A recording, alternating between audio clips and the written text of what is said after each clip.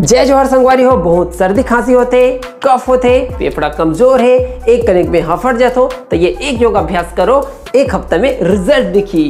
क्या करना है, पैर ला फैला लेना है, दोनों हाथ ला सामने करना है, फिर लंबा गहरा सांस ला भर के हाथ ला ऐसे आजू बाजू खोलना है और पीछे की तरफ झुकना है, ये फिर वापस आ जाना है। ठीक है, जब कंटिन्यू करबो तो कुछ ऐसे हो ही।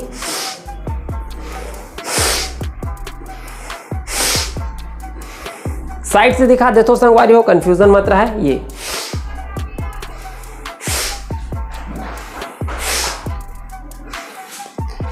ठीक है, शुरू में संगवारी हो 10 बार करना है पहला दिन, फिर 10-10-10-10 बढ़ा के आप मतलब 50 तक लेके जाना है। उसके बाद कंटिन्यू जो है एक हफ्ता 50 तक करना है, उसके बाद 100 तक लेके जाना है।